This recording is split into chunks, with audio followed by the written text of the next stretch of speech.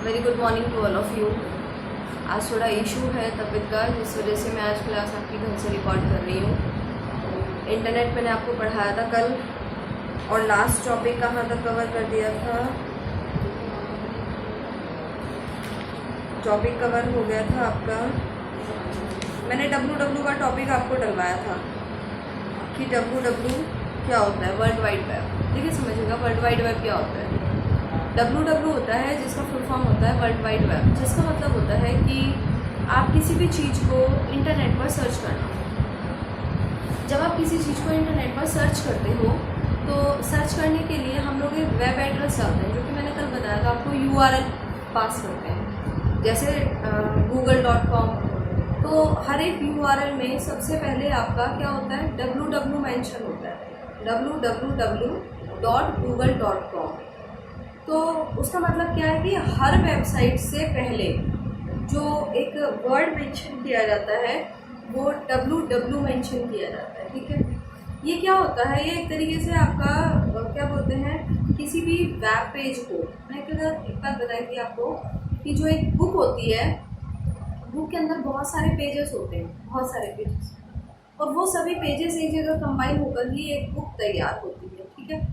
तो उसी तरह जो वेबसाइट होती है उसमें भी बहुत सारे पेजेस होते हैं और उनको बोलते हैं वेब पेज, क्योंकि वो इंटरनेट पर अवेलेबल है तो इसीलिए उनको वेब पेज कहते हैं। तो जो वेब पेज होता है, हर एक वेब पेज का एक एड्रेस होता है, और उस वेब पेज को सर्च करने के लिए, हर एक वेब पेज को पुट करने के लिए, शो करने के लिए हम लोग जो उसको, ये मान लीजिए कि सबसे पहले जब किसी भी वेब पेज को इंटरनेट पर पब्लिश किया जाता है तो उसको वर्ल्ड वाइडली पब्लिश करने के लिए हम उसका एक डोमेन नेम सर्च करते हैं कि एक आप डोमेन नेम रख लीजिए, कुछ भी रख लीजिए। जैसे सपोज आपके कॉलेज का नाम क्या है, DPS पब्लिक स्कूल है, तो उसका एक डोमेन लिया जाएगा www.dps पब्लिक स्कूल, ठीक है। ये डोमेन नेम होता है, वो हमारी मर्जी होती है, जो भी नेट पे अवेलेबल होता है हम उस डोमेन नेम को रख लेते हैं। तो इन द सेंस आप ये कह सकते हैं कि किसी भी वेब पेज को, किसी भी वेबसाइट को वर्ल्ड वाइडली इंटरनेट पर पब्लिश करने के लिए ही www का इस्तेमाल किया जाता है, और www जो होता है वही आपके वेब पेज को वर्ल्ड वाइडली पब्लिश करता है, ठीक है। अब इसकी कुछ हिस्ट्री है, ठीक है। हिस्ट्री को आप वैसे तो, इसका जो आविष्कार है वो 1989 में टीम बर्नर्स-ली ने किया था। मेन चीज़ यही, आपको बहुत ज़्यादा मेंशन करने की ज़रूरत नहीं है। बाकी जब आप अपना क्वेश्चन लिखें तो क्वेश्चन को थोड़ा सा रीड आउट कर लें। हर कॉन्सेप्ट को ना, थियोरेटिकली कॉन्सेप्ट है, उसको समझने की ज़रूरत है। कोई भी आपसे पूछ ले कि www क्या, आपको पता होना चाहिए that is a part of the domain, एक डोमेन नेम का पार्ट है, और डोमेन नेम के सबसे पहले वर्ड जो जोड़ा जाता है वो www होता है। इसका आविष्कार 1989 में टीम बर्नर्स-ली ने किया था, और किसी भी वेब पेज को पब्लिश करने के लिए वर्ल्ड वाइड में www का इस्तेमाल, करेक्ट। चलिए आगे देखते हैं। आगे कहते हैं इंटरनेट की कुछ डेफिनेशंस होती हैं, मतलब कुछ वर्ड्स हैं जो इंटरनेट के अंदर इस्तेमाल होते हैं। जैसे पहला वर्ड है network. What is a network?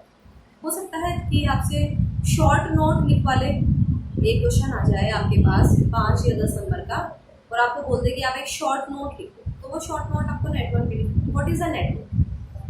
अभी हम इंटरनेट की डेफिनेशन को थोड़ा एक तरफ रखते हैं और हम सिंपली नेटवर्क पे आते हैं। एक आदमी जितने भी लोगों से जुड़ा हुआ है वो उसका क्या होता है, नेटवर्क होता है। एक आदमी 50 लोगों से जुड़ा हुआ है तो हम ये कहते हैं कि इस आदमी का नेटवर्क जुड़ा है वो 50 लोगों का है। एक आदमी 100 लोगों से जुड़ा हुआ है तो हम ये बोलते हैं इसका नेटवर्क 100 लोगों का। यानी कि उसी तरीके से जब बहुत सारे कंप्यूटर्स, एक से कंप्यूटर दूसरा जुड़ा, दूसरे से तीसरा जुड़ा, और जब एक साथ बहुत सारे कंप्यूटर्स जुड़ जाते हैं एक साथ और एक कनेक्शन क्रिएट करते हैं, तो उसको क्या कहते हैं, नेटवर्क।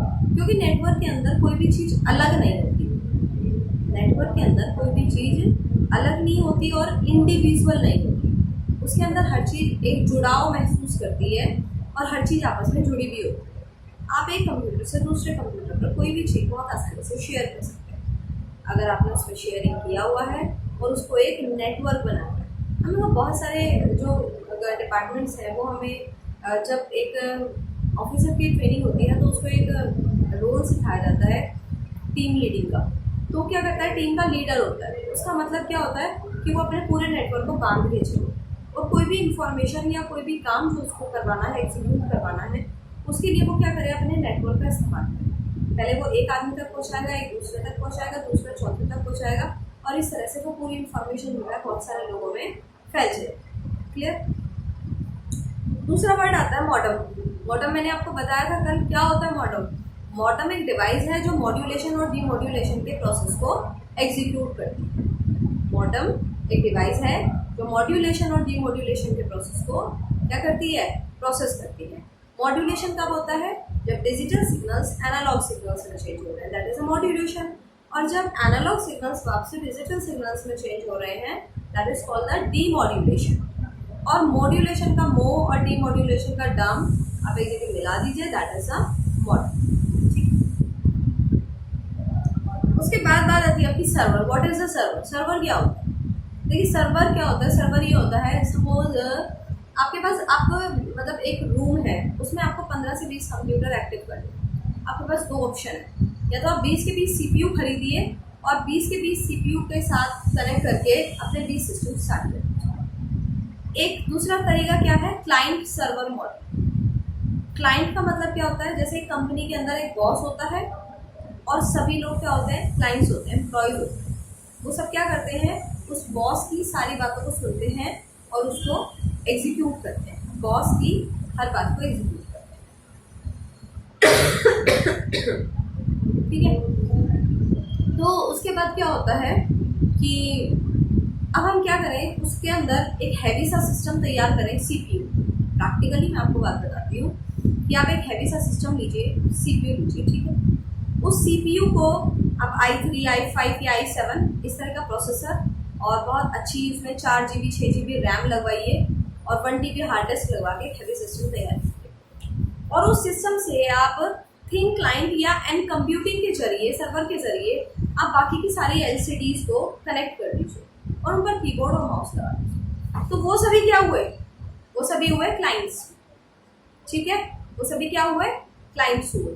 और जो सीपीयू है वो क्या है, सर्वर है, क्योंकि एक ही सर्वर की मदद से सारे कंप्यूटर्स काम कर रहे हैं। यानी कि जब सीपीयू एक है और बहुत सारे अलग अलग LCDs हैं, तो उसको क्या बोलते हैं, क्लाइंट और सर्वर मॉडल बोलते हैं। इस मॉडल पे हम लोग क्या कर सकते हैं, अपने सीपीयू की बचत कर सकते हैं। हमारा कम बजट में हम अपनी एक अच्छी सी लैब तैयार कर सकते हैं। क्लाइंट मैंने अभी आपको बताया। सर्वर वो होता है जिसके पास सीपीयू होता है और हैवी सिस्टम होता है, उससे बाकी जो उसको आप डंप टर्मिनल भी बोल सकते हैं। जिनके साथ सीपीयू नहीं होता उनको टर्मिनल बोलते हैं। टर्मिनल में जिनके साथ सीपीयू नहीं होता उनको डंप टर्मिनल बोलते हैं, क्योंकि सीपीयू के साथ नहीं है, खाली LCD होती है, कीबोर्ड होता है और माउस होता है। उसको क्या बोलते हैं हम, क्लाइंट। क्या बोलते हैं। फिर वर्ड आता है प्रोटोकॉल। प्रोटोकॉल कल आपको बताया था कि इंटरनेट के अंदर ये वर्ड बहुत ज़्यादा यूज होगा। क्या होता है, इंटरनेट को चलने के लिए, काम करने के लिए जिन रूल्स और रेगुलेशन, जिन नियम और कायदे कानून की ज़रूरत होती है, जिनके अकॉर्डिंग, जिनके बिहाफ पर इंटरनेट काम करता है, जिन टर्म्स और कंडीशन पर इंटरनेट काम करता है, that is called the protocols.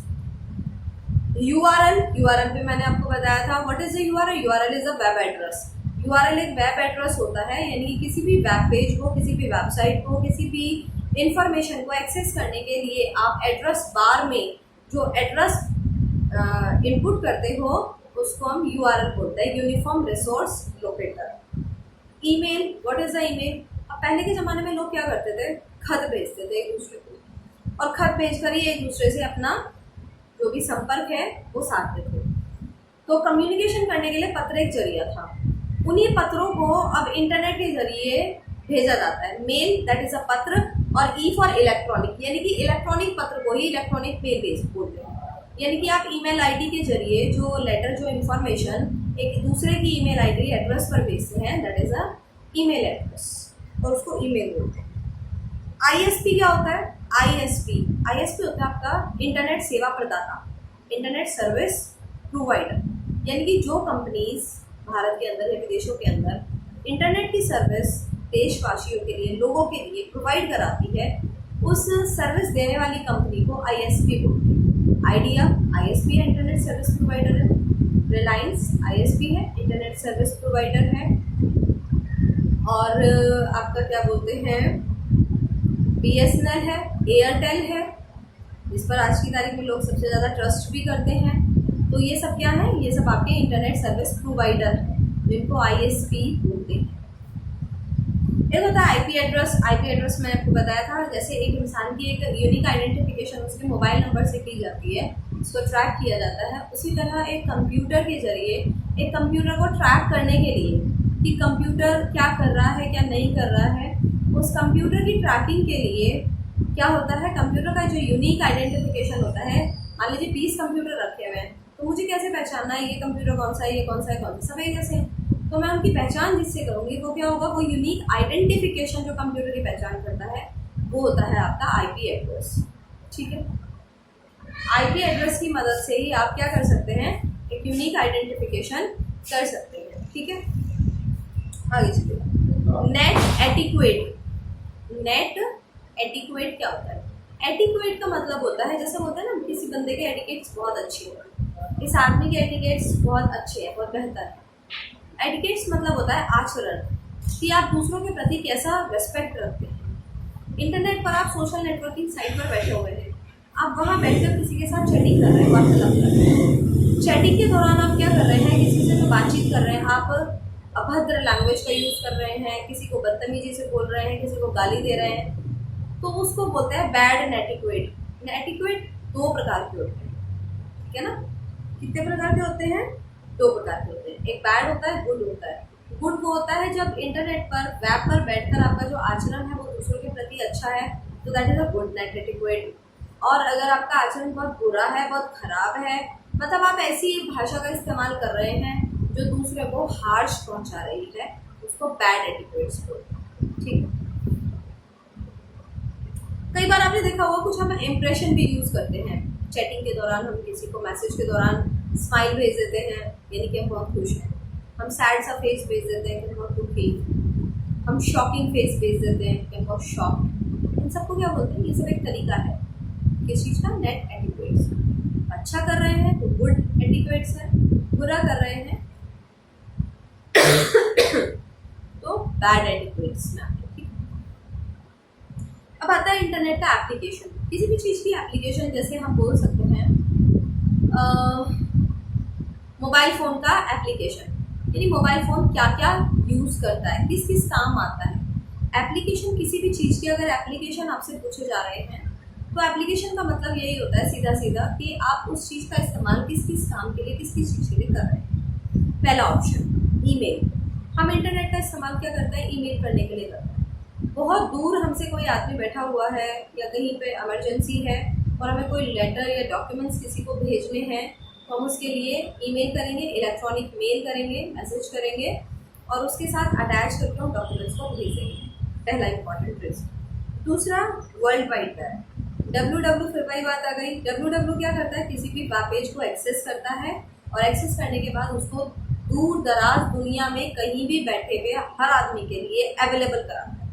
अगर www के जरिए डोमेन नेम का इस्तेमाल करके हम अपनी खुद की इन्फॉर्मेशन, सपोज मेरा एक स्कूल है, मैं उसकी एक वेबसाइट बनवाती हूँ, जब तक मैं उस वेबसाइट का एक डोमेन नहीं लूँगी और मैं उसे www से मैं उसे पब्लिश नहीं करूँगी, तब तक वो मेरे लिए तो दिखाई देगा, मुझे तो मेरे पास है, लेकिन बाहर दूर दराज जितना भी दूर आदमी कहीं भी बैठा हुआ है दुनिया के किसी भी कोने पे, वो आपकी उस इंफॉर्मेशन को तब तक व्यू नहीं कर पाएगा जब तक आप उसको वर्ल्ड वाइडली पब्लिश नहीं करोगे। ठीक है, फिर बात आती है अब आपकी bulletin board system. Bulletin board system क्या होता है? इंटरनेट के जरिए एक साथ बहुत सारे लोगों का, जैसे आपने देखा होगा अभी जैसे कोविड-19 के चलते जैसे लॉकडाउन चल रहा था, तो जूम नाम की आपकी जो ऐप थी उसका ज़्यादातर लोग किस लिए इस्तेमाल किया? मीटिंग्स के लिए। जितनी भी ऑफिशियल मीटिंग्स थी वो सबने जूम के ज़रिए की। मीटिंग तो उसमें डेट और टाइम फिक्स कर दिया जाता था, उस टाइम सब लोग अलर्ट हो जाते थे, अपने अपने फ़ोन पर आ जाते थे नेट पर और सब लोग अपनी मीटिंग कंडक्ट करते थे। उसी से मिलता जुलता एक ऑप्शन है video conferencing. What is a video conferencing? अभी मैं आपके सामने जो कर रही हूँ क्या है? That is a video call. तो इसको भी क्या बोलेंगे? Video conferencing. बस वीडियो कॉन्फ्रेंसिंग में क्या होता है कि वहाँ हम लाइव होते हैं, सामने वाला जिससे हम बातचीत कर रहे हैं वो ऑनलाइन सामने बैठा हुआ है, और कॉन्फ्रेंसिंग के जरिए हम क्या करते हैं? फेस टू फेस हम लोग उनसे बातचीत करते हैं। जैसे कि आप क्या करते हैं? व्हाट्सएप के जरिए वीडियो कॉल करते हैं, that is a video conferencing. Face to face internet पर, वेब पर, वेब पर किसी के कॉन्फ्रेंस में आना, उसी को वीडियो कॉन्फ्रेंसिंग बोलते हैं। ठीक,